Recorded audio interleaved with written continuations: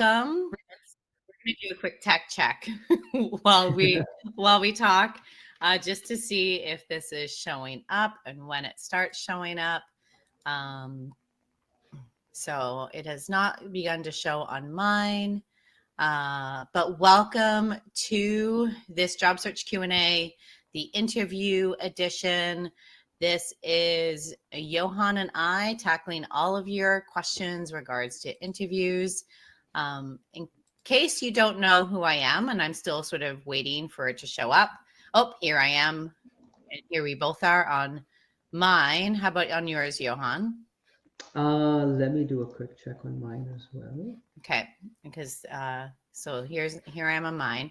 While you do that, hi, I'm Sarah Curto. I'm a certified and career leadership coach.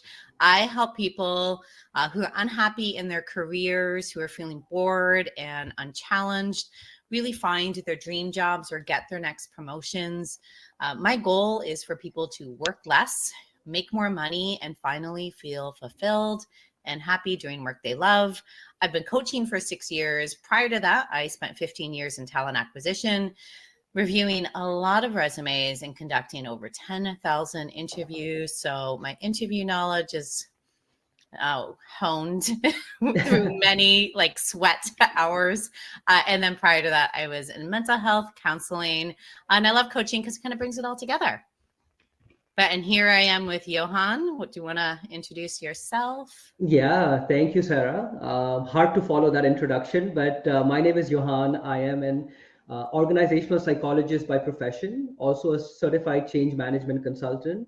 My areas of expertise are HR, organization development, talent management, change management, and business transformation. I'm actually currently with Deloitte Canada as part of their internal change management practice. Prior to that, I have worked for Walmart, Accenture, RBC, and the University of Toronto. So different exposure to different industries. I have my master's in IO psychology, and I'm just fascinated with human behavior. My passion is, leveraging the power of people as a strategic advantage to propel business growth. And as a career coach, in addition to being a consultant, I'm also a career coach. I help professionals gain clarity, stand out as top talent, accelerate their job search success, ace interviews, and land their dream jobs faster.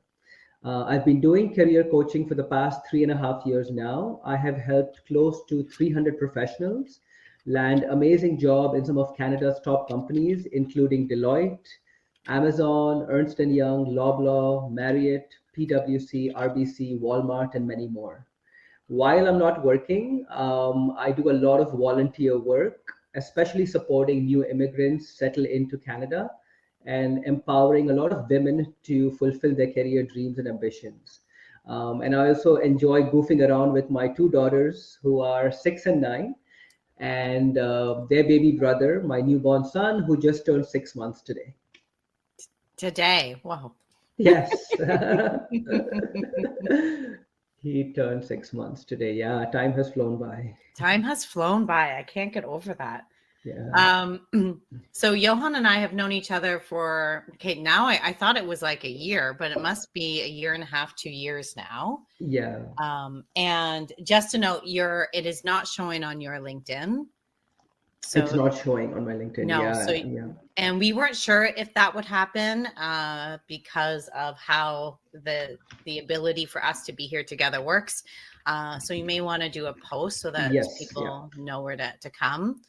But please share your questions about the interview in the comments for us to chat about or answer, and literally anything and everything. So from the moment you get the interview request to after the interview in the hopes of getting the offer, or if you happen to get a rejection, like all of the little bitty thing and questions that could pop up from the entire process, drop them in the comments so we can see them.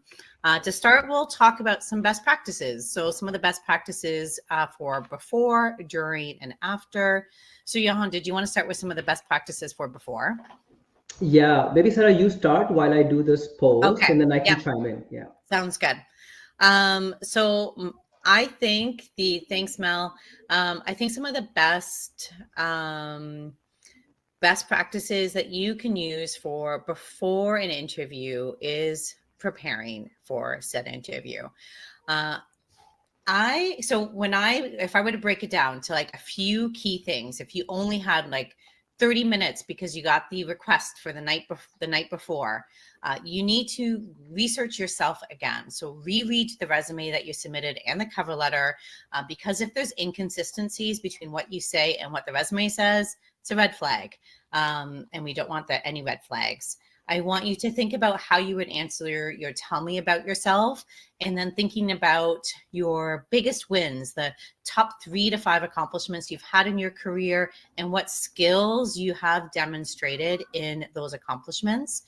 And then research the company. Because if you answer that, why do you want to work here? Or why did you apply here poorly? It's an instant no.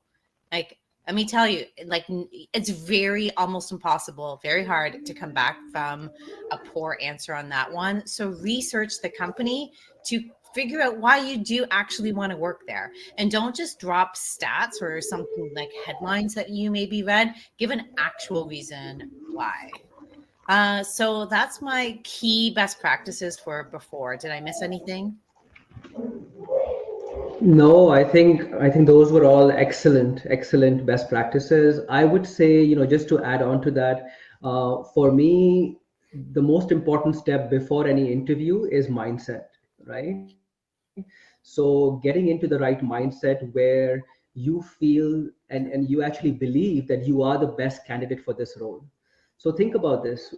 Why have you been called for the interview? You've been called for the interview because they believe that there is something in you, there's some potential in you, and they actually see you working at that organization, right? So just the fact that you got an interview should give you a lot of confidence that you are the ideal candidate for this role. So you should go in with that mindset, a mindset filled with confidence, a mindset filled with clarity, as opposed to self-doubt. So convert that self-doubt into self-belief as soon as you get the interview. The second point I would like to say is what Sarah said as well, is preparation, right? And part of the preparation is a lot of research. I would recommend researching three things. One, about the company, right? And why is it that you want to work over there? The second, about the role, and why is it that you're interested in this role, and what makes you the best fit for the role? So those are two questions that always come up in the first round of interviews. And the third thing is researching about the interviewers, right? You want to connect with the interviewers on a human level. Mm-hmm. This is not some sort of an integration where they are bombarding you with questions and you're just sitting back and answering. So it's a two-way conversation. It's a two-way communication where they ask you questions. You can pause and you can ask them questions as well. So prepare your mindset for that. And then the third thing I would say is study the job description inside out. A lot of the questions that will be asked in the different rounds of the interviews can be almost guessed if you look at the job posting and the job description. So I would say prepare accordingly based on what you see on the JD. So yeah, I have posted about the event, Sarah. So hopefully now more and more people join, and I see already there are 30 people Yeah. live.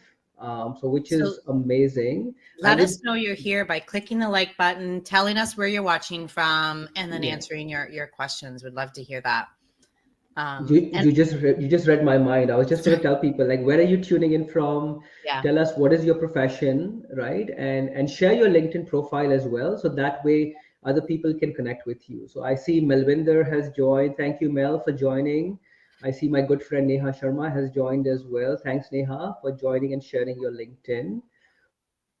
Who else do we have? There's 30 yeah. of you, Oh, so I'm sure there's a few seeing more. I'm seeing some likes. I'm seeing some likes. Thank you for doing Amazing. that. And don't forget, so if you have any questions that are popping up as we're talking, let us know in the comments so that we can address them. And now let's get into some of the best practices from Portugal. Paulo, that's amazing. Let's get into some best practices for during the process.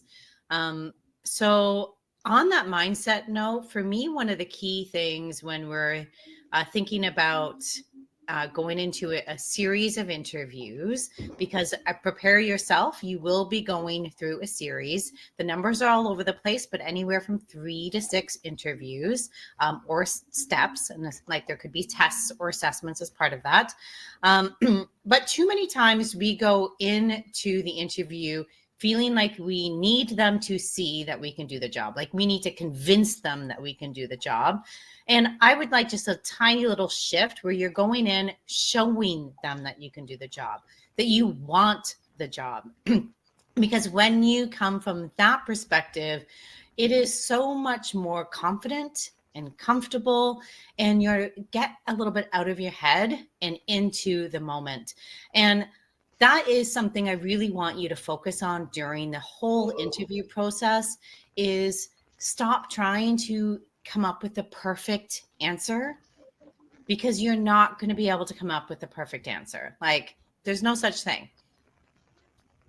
But what I want you to focus on is creating a connection with the person interviewing you, because that connection is the key. Like if they like you, they put on rose-colored glasses, and then everything you say becomes so much shinier and nicer, and you become much more memorable. I know from my 10,000 interviews that I conducted, I hired lots of people who did not do really good in the interview. Their questions were not perfect. They were rambly, they were a little all over the place, but they connected with me, which allowed me to see who they are as a person instead of as an interview answer. And also when that happens, a hiring manager, when they're thinking about all of the 10 people that they potentially interviewed, they remember the people they connected with. They don't remember those perfect answers. So I know we get very wrapped up in how to create the perfect answer. And that's why there's all these acronyms out there. You choose the one that works for you, because you do want to tell a story, because that's more memorable, but really focus on those interviewers.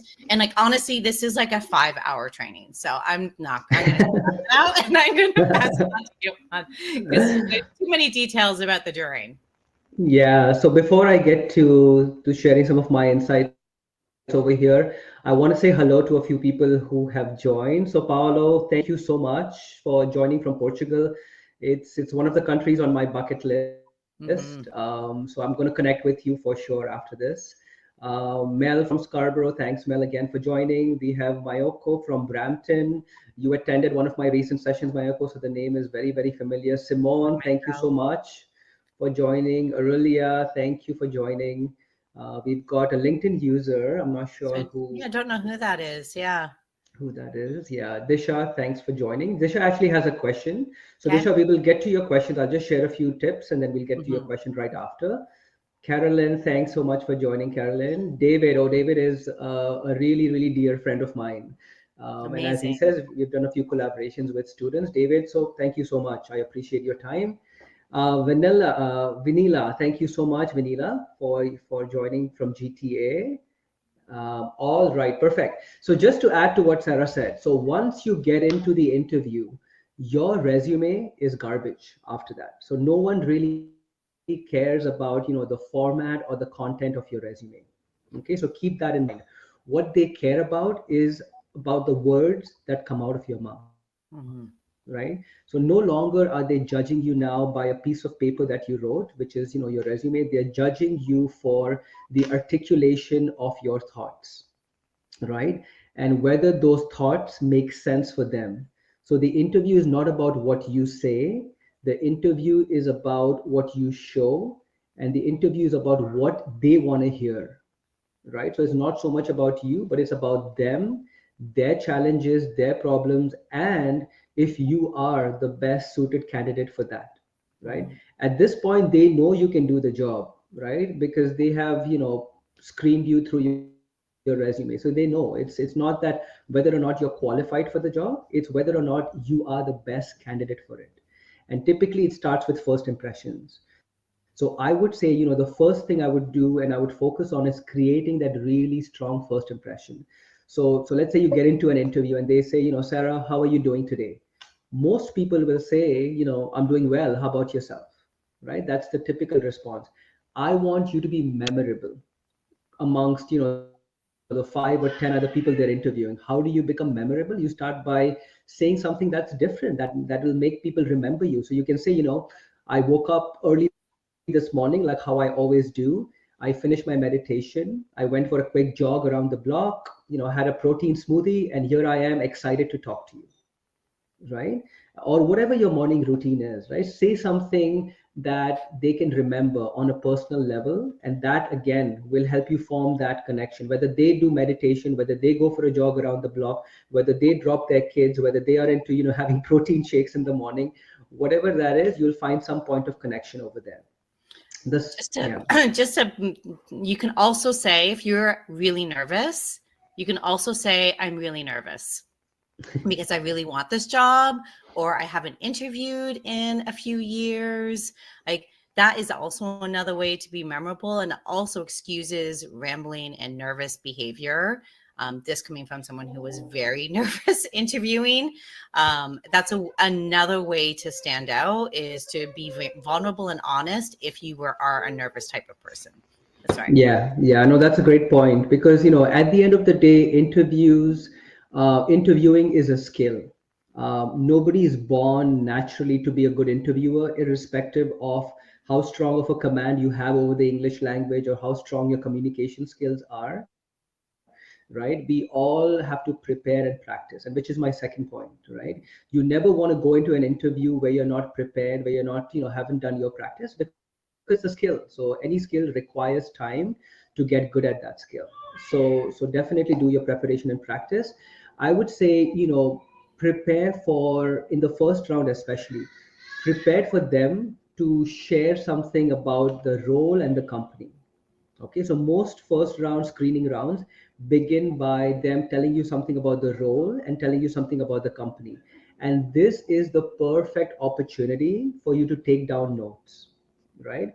Because whatever they say in those, few minutes about the role and company is exactly what you are expected to say when they ask you about the role and company, right? So if they say in this role they're looking for someone who thinks outside the box, who collaborates with other teams, who is innovative or creative in the way they approach things.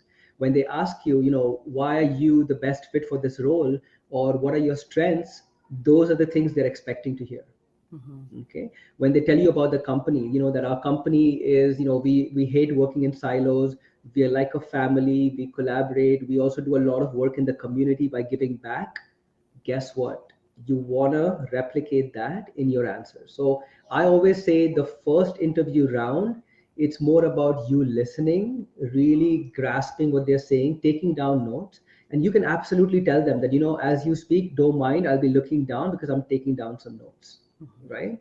And then just reiterate those points back to them. And trust me, I have seen this tip work time and again. So that's one tip for you to prepare for during the interviews. And then the final thing I will say is, especially in the first round, prepare for the most common types of interview questions. So these are my top five. Number one, tell me about yourself. And if you guys need, how do I approach the tell me about yourself or any of the other questions, happy to spend some time doing that as well. But number one, tell me about yourself, or walk me through your resume, or tell me something that I don't see on your resume, right? That's typically the first question. The second question is about the role. So why are you interested in this role, which is more of a motivation question, or why are you the best fit for this role, which basically is how do your skills and experience align with the qualifications. The third question will be about the organization. So what made you apply for this, for our company, or why are you so interested in working for this company? And as Sarah said over here, you want to avoid the cliche answers. And when I say the cliche answers, I mean, oh, I looked at your company website and your mission and vision really stood out to me, right? I mean, you want to go a little bit deeper than that. You want to talk about their values and how their values align with yours. You want to talk about their goals and their aspiration, and how that aligns with your goals and what you're looking for in your next role, right? There's always going to be, either in the first or second round these days, a question on salary expectations. So you want to be prepared for that question. You want to have done your research on that question. And then they'll ask you, what questions do you have for us, right? And you always, again, want to be prepared with one or two questions to ask them towards the end. Some of the other questions that come up: tell me about your strengths and weaknesses, right? So sometimes that comes up. Tell me about a recent accomplishment that you've had. Okay, so you always want to be ready with three or four accomplishments. And another common one is tell me about a recent challenging situation. So how did you overcome that? Or tell me about a time when things did not go your way. How did you overcome that? So I hope that was helpful in preparation. So Disha, we will answer your question now. So questions based in job description are from the main responsibilities, or what are we looking for section. Okay, so in the job description, Disha, there will be typically three sections. Okay, the first section will describe a little bit about the role. So it's a role summary, right? Which will tell you about the role and overall the mandate for the role. Then you will have two separate sections, and they call different things depending on the job posting. There'll be one section on requirements, or it could also be called qualifications.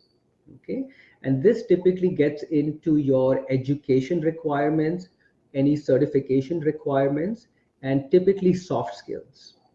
Okay, the requirement section. And then you have a section called responsibilities, and these are, basically the job responsibilities. What are you going to be expected to do in the job? So I would pay close attention to the requirement section and the responsibility section. The requirements are, skills you want to prepare some examples for, right? The soft skills. And the responsibility sections typically goes over the experience. So in this role, you will be performing, A, B, C, D, E, and you want to think about what have you done in your previous work that aligns with that. Anything you want to add, Sarah, to that No, question yeah, from that Disha? is like when we're writing interview guides for all levels, we are doing that from the job description, the job posting, and from like recruiters will do a initial meeting with the hiring manager to understand what they're looking for and why this role is needed and the challenges and the opportunities for this role. And from there, we create the interview guide. So sometimes you will get questions that don't just come from the job posting. So I think thinking beyond it would be very helpful for you. But for the pre-screen, for sure, knowing where you did. So taking each bullet point and being like, do I have a story that demonstrates my ability to do this, or to have, or that I have this skill? And then where did I do this? Because in a telephone pre-screen or that first initial meeting with a recruiter or relatively junior HR person, they really want to know, can you do the job? Like your resume says you can do the job. Now, can you say you can do the job? So they want to know where and the story about where you did each of those bullet points. Yeah, perfect. So we have a comment actually from Neha. So Neha says focusing on the question and not going off track is important. Yes. I've had a Yeah. few So candidates who were sometimes too excited or too nervous, yeah, and did not address the question. It's okay to ask the 100%. interviewer to repeat. Yeah. Yeah. Yeah. And so I'm a rambler. I interviewed lots of ramblers. I think the best thing to do if you start to ramble is to identify it, to just be like, okay, I rambled. I got off track. I got too excited. Or I think I am not answering your question. Let me just bring it back. Identify that you've kind of gone off track and then bring it back. Because what I would see too often is that the rambler would just stop the story. And then, like Neha said, they would not address the question that had been asked. So I really want you to, like, it's okay to be human. You do not have to, people don't hire robots. If they did, they would just be looking for pure AI solutions. They're hiring humans. So it's okay to be a human in the interview, but you want to answer that question and you want to finish your story. So definitely bring it back. Yeah, I love that point as well, Neha. So, interviewing is about listening and talking, Mhm. right? And the worst thing you can do is answer a question that has not been asked. So when somebody asks you a question, pay very close attention to what are they asking and what are they trying to get out of that. So, Hmm. for example, if somebody asks you about your weakness, it's not that they care so much about your They weakness. don't care about it at all. They don't care about it at all. They care about your awareness and your honesty, right? Are you someone who has such a big fat ego that you have absolutely no weakness and you are a know-it-all, or are you someone who recognizes having, a fault or two, and what are you working on? What have you done to improvise on that? Right. So that is, the gist of why the weakness question, for instance, gets asked.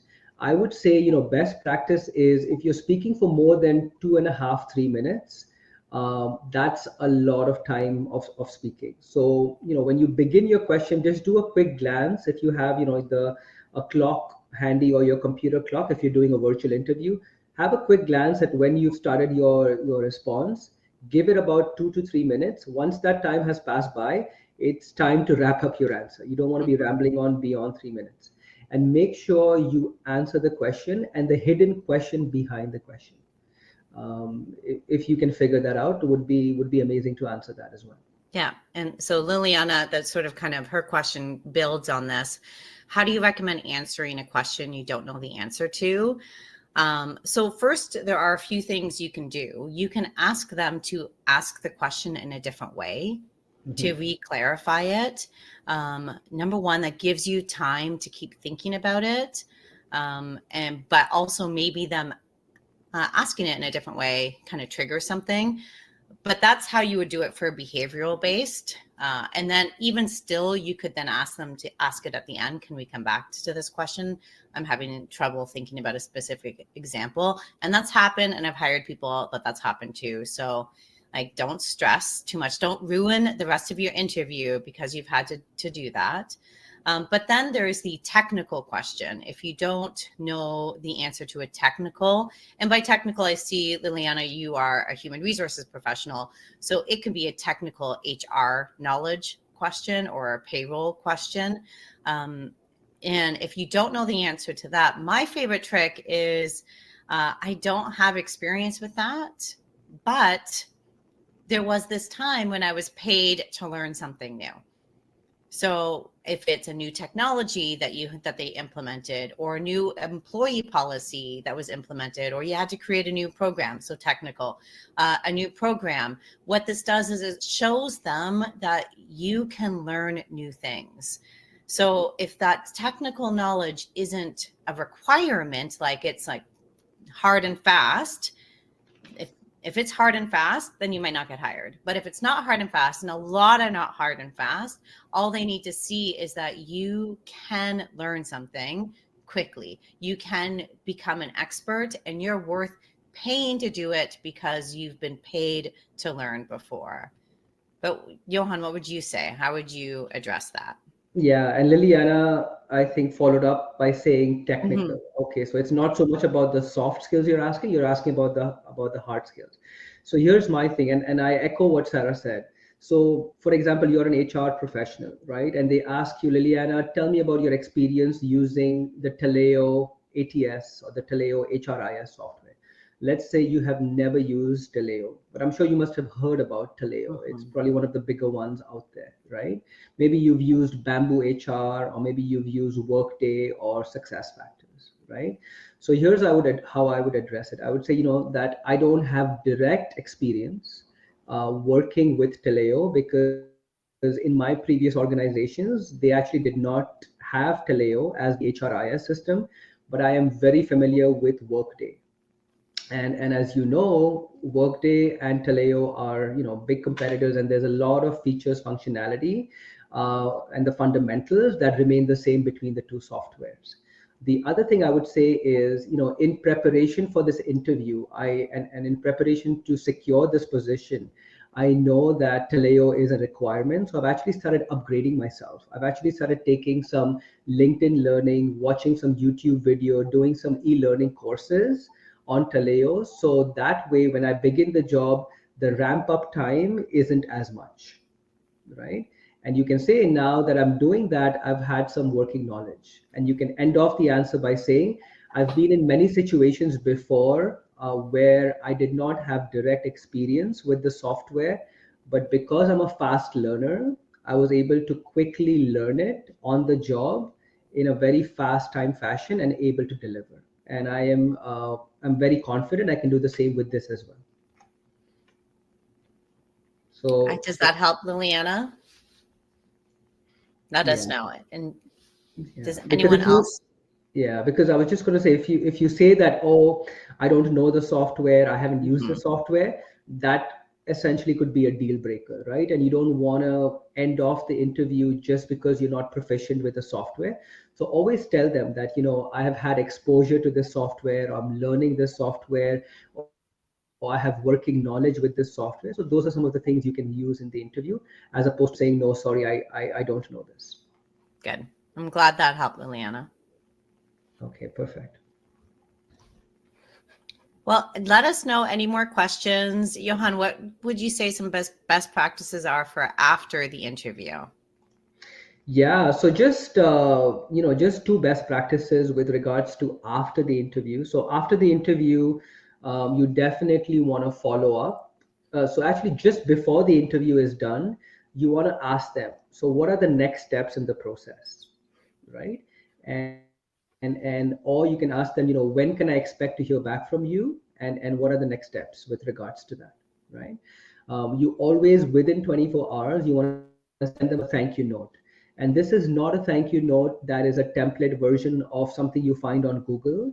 Hmm. Be very, very specific with your thank you note. And there are three things you want to say in your thank you note. Well, first off, you want to thank them, right? You want to express your gratitude. You want to thank them for their time, for their interview, and all of that. The second is you want to pick one or two things from the interview that either you had a great discussion on and you would like to continue that discussion, or something that really interested you about what the interviewer said, and you want to hone in on that, right? So in our discussion today, we spoke about the ATS system that you use. I am super eager to be using that ATS system again because that's my favorite one. Or in the interview today, we heard about your strategy for 2024. I'm super excited and looking to contribute my digital skills to grow company in the new year, right? So say one or two things that really resonated with you, and then you want to end off by just again, just a note of gratitude and asking them, right, when can I expect to hear back from you, and eagerly awaiting to join the team and add a lot of value to the team.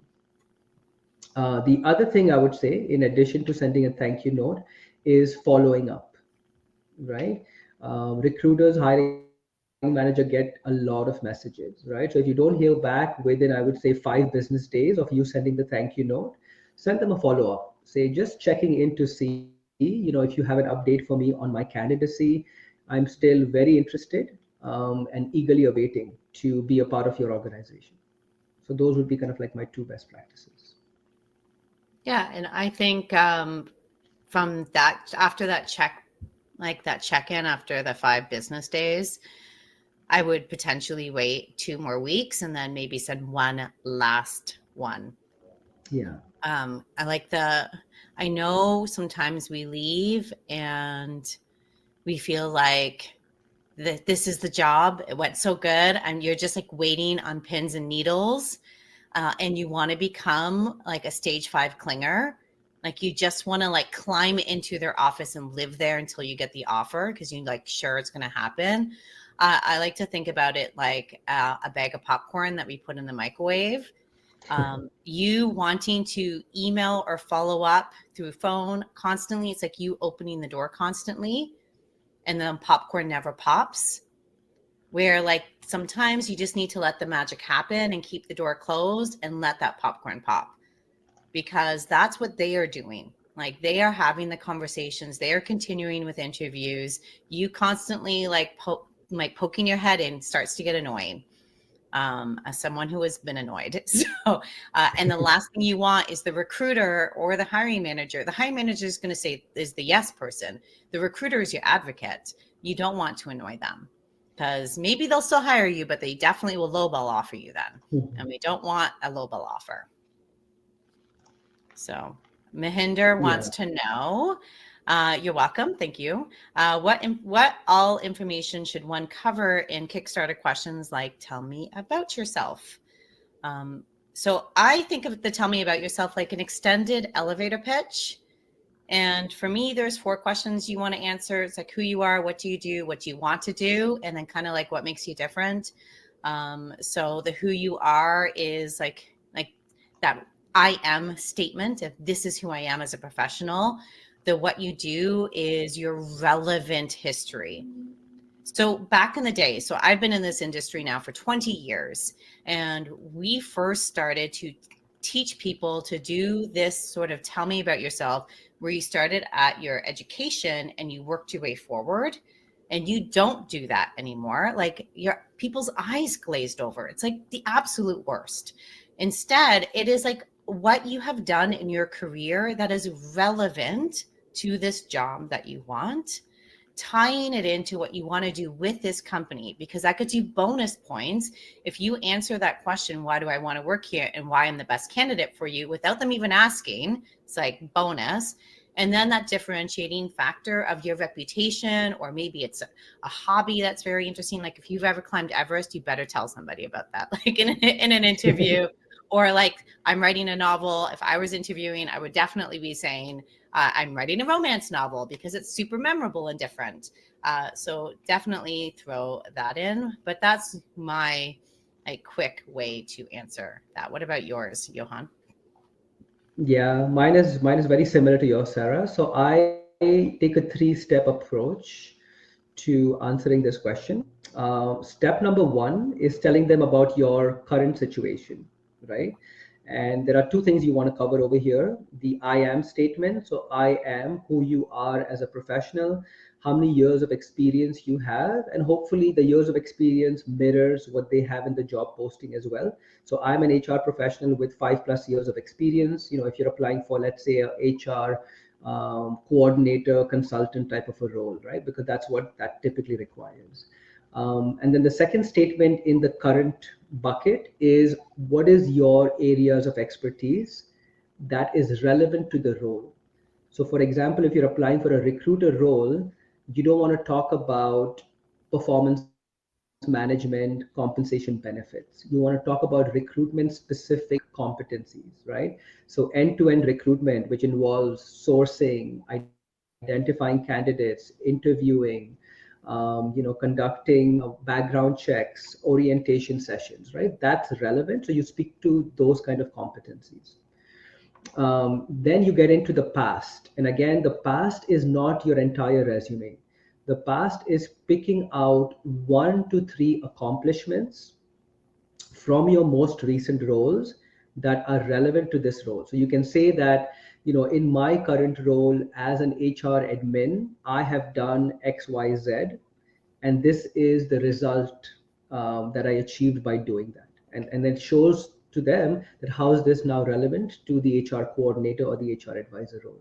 And then you can pick prior to that, pick another example saying, prior to that, I also did this, and this is what I achieved, right? And then you want to end up with a future kind of outlook. So for my next opportunity, I was looking at, the HR advisor role, and I've been very selective in terms of my applications. So when I saw this opportunity for HR advisor at your company, it really stood out to me because all of the skills and experience that you're looking for is something that I've done in the past and been very, very successful in doing them. And now I'm looking to transfer those skills and those qualifications into an amazing opportunity with you as well. And like Sarah said, you can always end with something personal, but personal at the same time professional, right? So whether you are listening to some podcasts related to the topic, whether you are reading or writing, in Sarah's case, writing a book on the topic, right? If you have other passions or interests, or if you are in competitions, if you're competitive with certain games, sports, you want to highlight that. So nothing personal with regards to family, friends, kids, none of that, because that could subject you to some biases, right? Yeah, So anything besides that, that's kind of still professional with regards to your interest and your passion. that's great. Yeah, the question, tell me about yourself. Essentially, remember I told you there's always a question behind a question. So the reason why they ask you, tell me about yourself, is not for you to tell them about everything you've done and everything you've achieved. I mean, they can see that on your resume. The real reason why they ask you this question is, the question behind the question is, why are you the best fit for this role? Mm-hmm. Okay. And what is the benefit of hiring you? So I'm interviewing with 10 other candidates. Why should I hire you? Why should I pick you compared to the 9 other people? What's the benefit I will get by hiring you? So you really want to be clear on only highlighting competencies that are relevant and showing instead of telling, right? So show them that these are the 2 or 3 accomplishments that directly relate, that will solve your problems. So that's how I would address that. Yeah. It's like a classic icebreaker. Hmm. People really like, um, and I view the tell me about yourself as like that initial, like if you think back to English classes and you had to write essays, especially argumentative essays, and you had like in your first paragraph, it's like, this is what I'm going to discuss. It's kind of like that, like, this is my opening paragraph to it. Like it's Right. really just going Right. to, it's going to set the stage for all the stories I'm going to tell in answer to your questions. Good. Well, Yeah, we have absolutely. almost 50 people here. We've only had a couple of questions. Please let us know your questions, and drop in your LinkedIn profile so we can grow our LinkedIn accounts, because that's really good for you. Um, Neha said, I've mentioned about being a life coach while interviewing for positions in learning and development or people and culture. Yeah. And I'm definitely seeing that trend in human resources as an industry as a whole, where they really are encouraging people who want to move up the ladder to take some coaching certifications or to even become an ICF certified coach, because uh, I think the evolution of HR. So we went from personnel and advising to consulting. I think the next step will be coaching. So I think that really sets you up for the future of HR, really well, Neha. So I think it's good that you've been mentioning that. And you always want to think about stuff like that. Oh, and I'm not writing a book for career stuff. Okay. Okay. What's your book? What's your book on? It's a love story. Oh, it's a love story. Okay. Very professional. She I does mean, get but laid still, off. She does get laid off, but yeah, there's career stuff in it, but that's not the thing. it And I would it probably it will still mention definitely make that. you stand out, though. Yeah, It will definitely help you stand out. yeah. Not that you're Okay. interviewing anytime soon, but No, no. Liliana, I started to be told I'm overqualified for the roles I applied to. Thank you for bannering that one, because that's a great question. Okay. So here's the thing, Liliana. What I'm curious, I need to ask a follow up is, are they telling you that after they interview you, or are they telling you that before the interview? Thank you. That's what I'm curious about. Need to hear. Um, and thanks for commenting with your LinkedIn, because it's such a big difference in terms of if it's before the interview or after. I'm assuming it's the after, but she said the roles I apply, um, both. both. Okay. Okay. And are you applying to positions under, like, are you taking a step back in your career? So you answer that. And why don't we move on to Siobhan? How to answer the question when the interviewer asks, do you have anything to ask us? The answer is yes. You have things to ask them. So when I'm thinking of questions that you want to ask an interviewer, you want to ask about the company, you want to ask about the department team, you want to ask about the job, and you want to ask about the interviewer. And you want to ask, I say, at least one question at every level and every stage of the interview. And why I want you to answer or ask questions about the company, more than just the job and the interviewer, is I want you to showcase them. You are a strategic individual by asking insightful questions beyond just the job.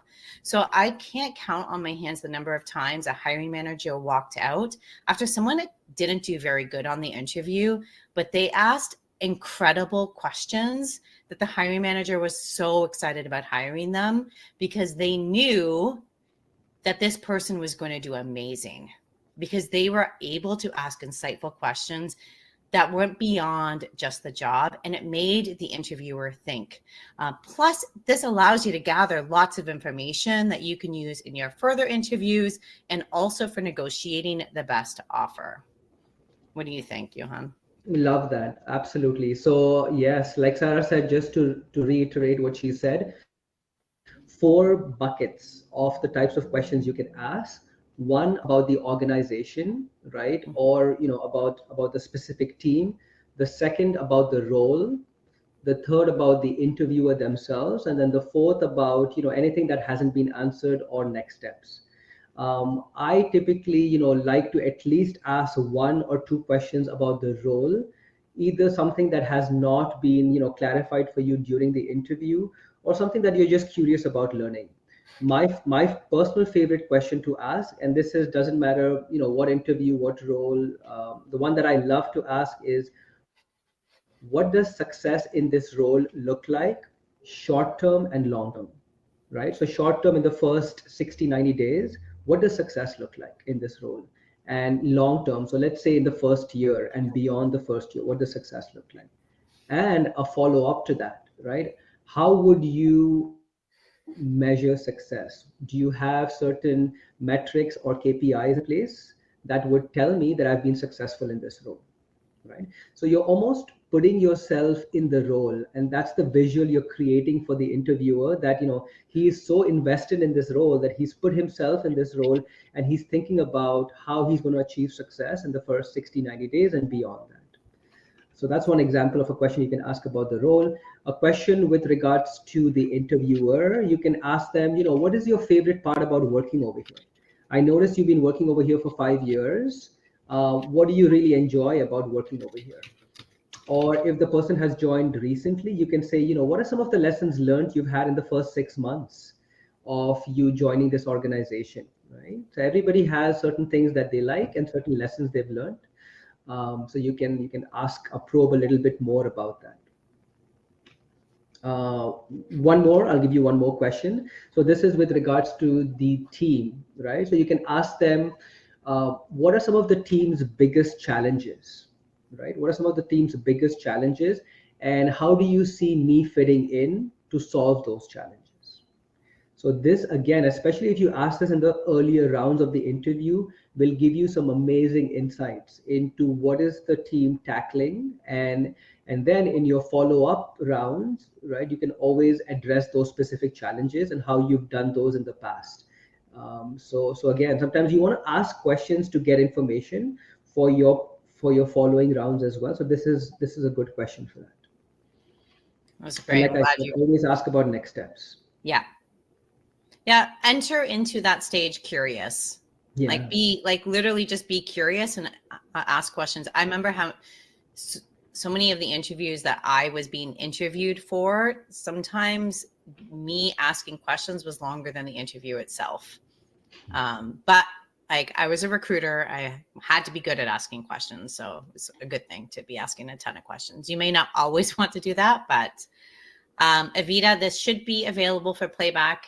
LinkedIn, last time I did this, LinkedIn automatically just published it. So here's hoping. But I'm going to make sure on our end that happens. And then we have, how do you negotiate? Oh, no, sorry. Do you recommend asking them about their personal experience? Yes, I do. Ask them why they joined, if they've been there under a year, what they've loved most about it, if they've been there like 1 to 5 years, and if they've been there post 5 years, which is getting rarer and rarer, is what has kept them at this company. Those are my go-to questions. I once had a client ask someone who'd been at a city for 25 years why they've stayed, and the person cried because they were so happy, and she got like beyond the range. Like they they like 25% on top of the range was the offer for her. So Wow. yeah, yeah. And a Wow. city. That's really That's not amazing. easy to do. Yeah. Okay, so I haven't heard from Liliana about what kind of role she's going to. So there's one So question from Disha yeah, while we wait for Liliana to type. How do you negotiate? Okay, so that's a completely different session, and maybe a follow up we can do on salary and negotiations. But I'll give you one best practice over here, Disha. So I leave you with something. When it comes to negotiation, first and foremost, you need to know and be very clear about your market value and worth. Okay, you also need to do some research on that specific role for that specific company. So for instance, a marketing specialist working for Deloitte and a marketing specialist working for Amazon are two completely different industries, and they will pay you two completely different packages, right? So you want to check out websites like salary.com, Payscale, Glassdoor, right, to find out specific positions in specific companies. If you can find about the company, find about the industry. And also location matters. So salaries in Toronto are different than salaries in Calgary, right?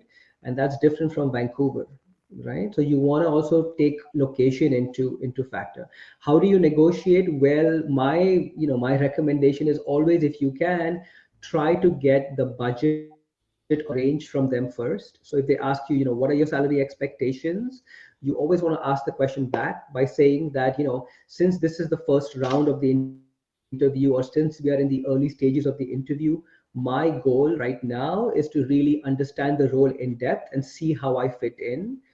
Absolutely happy to discuss compensation, but before I give you a number, can you tell me what is the approximate budget you have in mind for this role?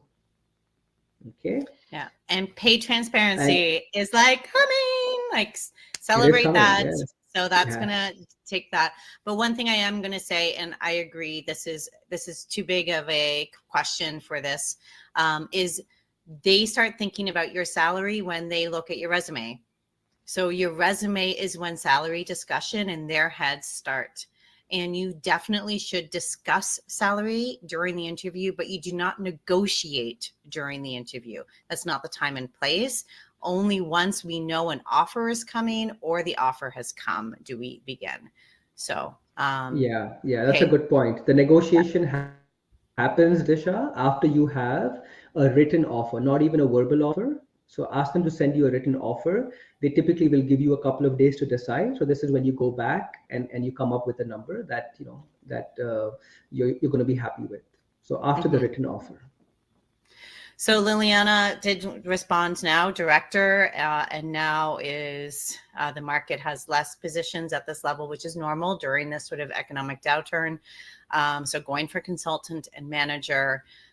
So the number one reason why they're saying you're overqualified is they're thinking you are a flight risk. They are afraid that they're going to hire you as a manager and that you are going to leave as soon as a director level position comes up. So I think for you, Liliana, is really getting to the place in your head before you, and then look at your resume, then look at your interview answers and get to the place of why is taking this step back the best thing for my career? And it has to be more than because there are no director jobs, because then that just makes you that flight risk. So you really need to understand and get to that place and then take a look at your resume and take a look at your interview answers. I do not recommend changing your title from director to manager.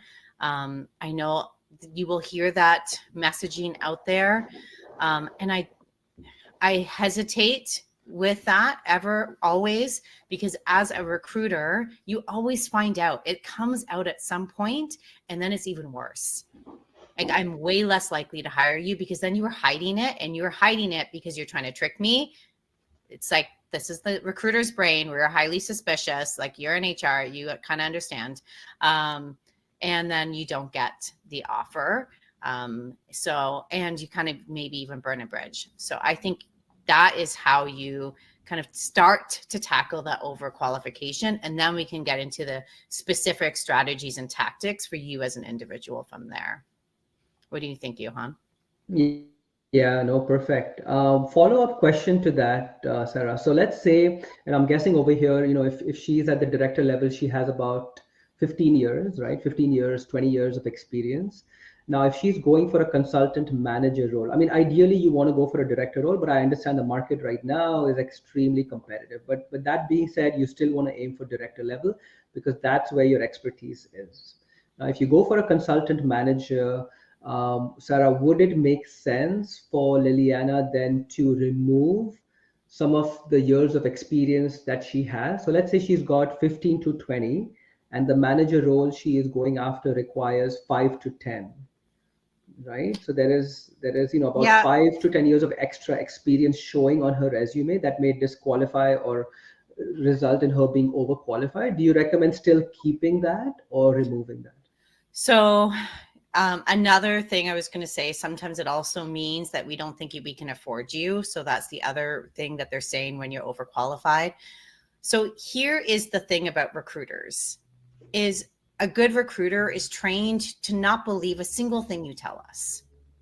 So we are always looking for the truth, which means if you are hiding that you have worked more than if you say on your resume that you've only worked 5-10 years, but you've in actual fact have worked 15 to 20 years, we're trying to figure that out, how many years you actually worked.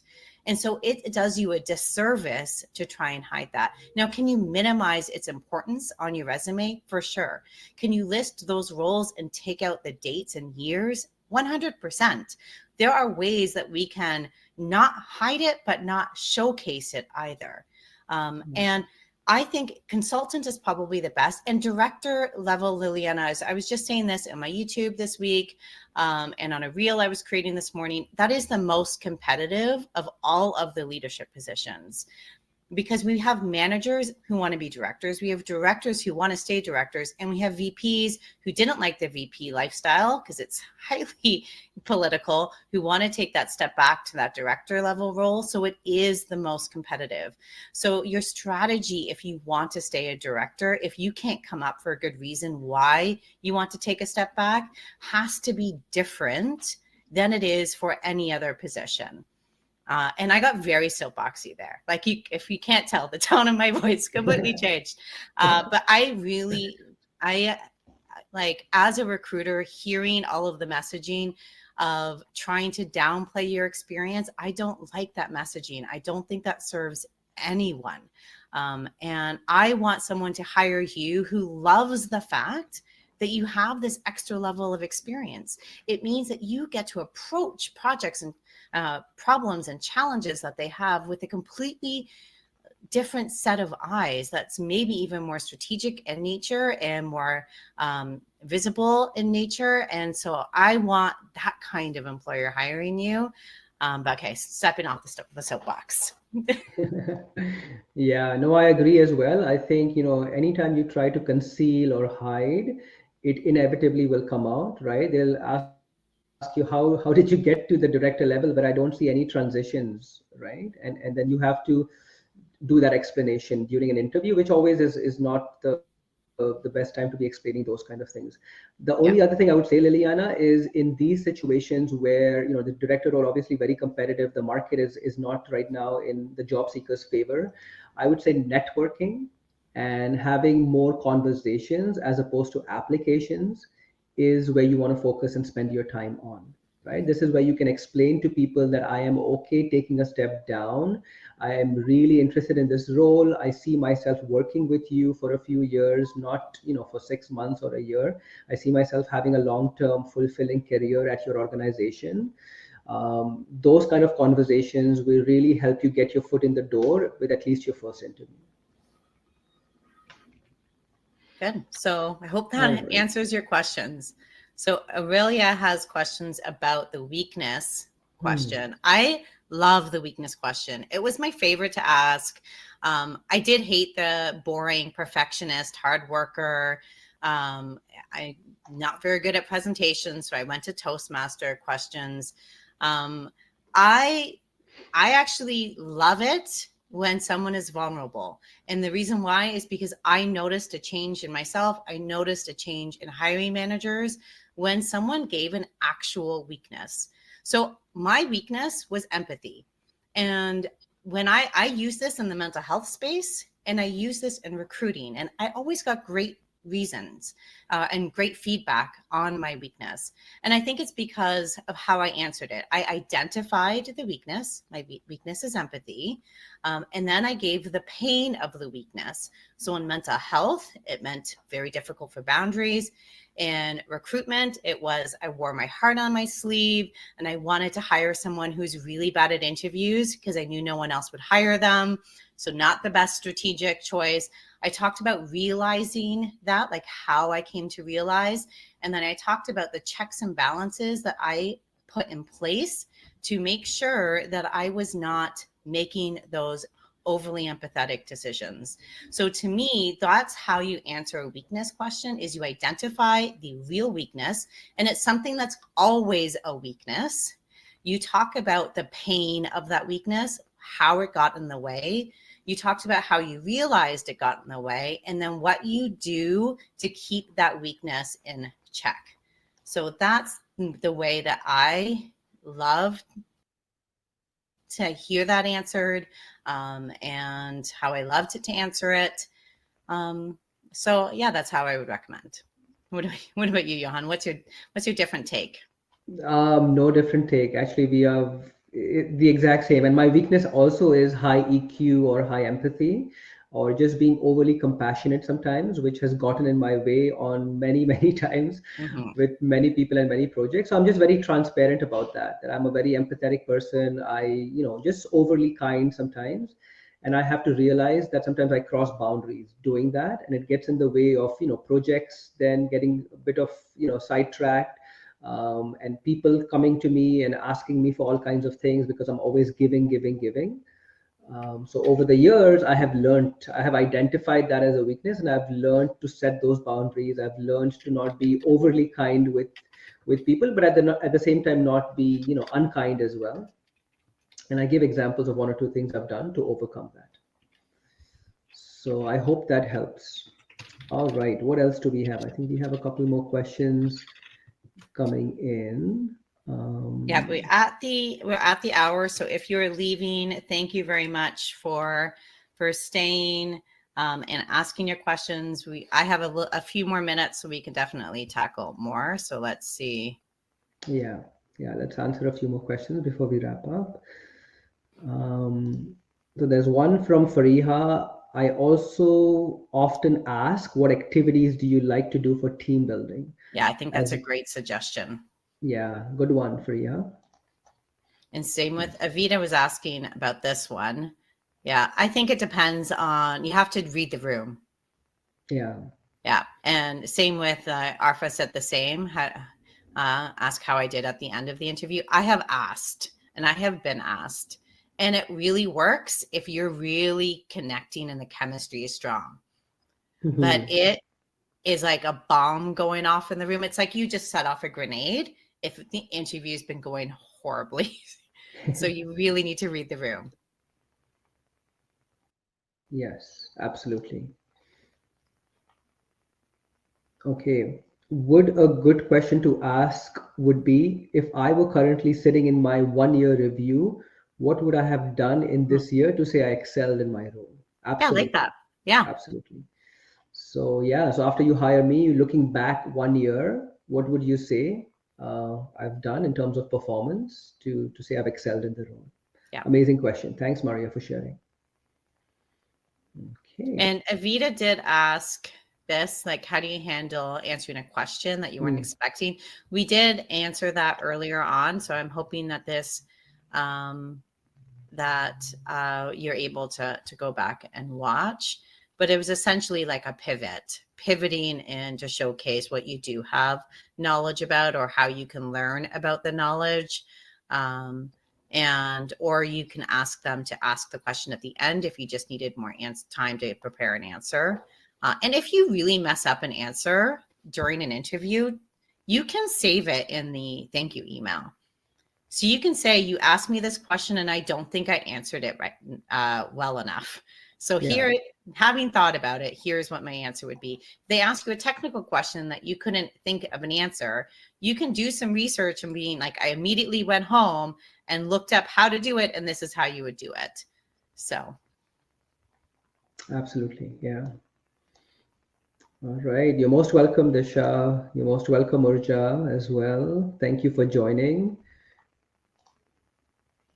Thank you, Aurelia, as Million. well. Thanks, Neha. Happy week to you as well. Yeah, thanks for All coming. right. Okay. Yeah, thank you all so much. So yeah, we had over 50 people joining, and this is amazing. Loved presenting to all of you. Sarah loves sharing the stage with you as well. And Yeah, I me hope too. we got to answer, both your questions as well as share our best practices, our insights. So yeah, Arfan, looking forward to connecting with you as well. Thank you for sharing your LinkedIn Yeah. profile. And let us know, do you want us to do this again? And if so, is there a specific topic within careers and job search that you would want us to tackle? Because if so, we can definitely do that. Yeah, so you can share it in the comments if you would like us to do maybe a round two. And if so, what topic would you like us to present on? Or if not, if you're not sure, you can direct message either Sarah or Yeah. myself. Yeah, definitely. Thank you so much, everybody. I think it's just, I'm glad it really helps. Thank you, Siobhan, Caroline, Vanilla. Networking. Yeah, that would be a good Mm, one. I love that topic. It's my Yeah, favorite. another vote for networking. Amir, I'm glad it was constructive. Handling a career as a newcomer, they definitely have unique challenges, but networking is so vital. Creating a Ontario and Canadian network. I also think discussing at a future point you can't give the feedback of no Canadian work Canadian experience. experience. Yeah, Yeah. I just think they're just going to not give that phrase. They're going to say other stuff instead. Unfortunately, knowing the isms that are pervasive in Yeah. organizations, the isms don't go away. What you hear just changes. Changes. Yeah. Yeah. You're welcome, Uday. Thanks, Michelle. Okay. Well, I think we should head out. Yes.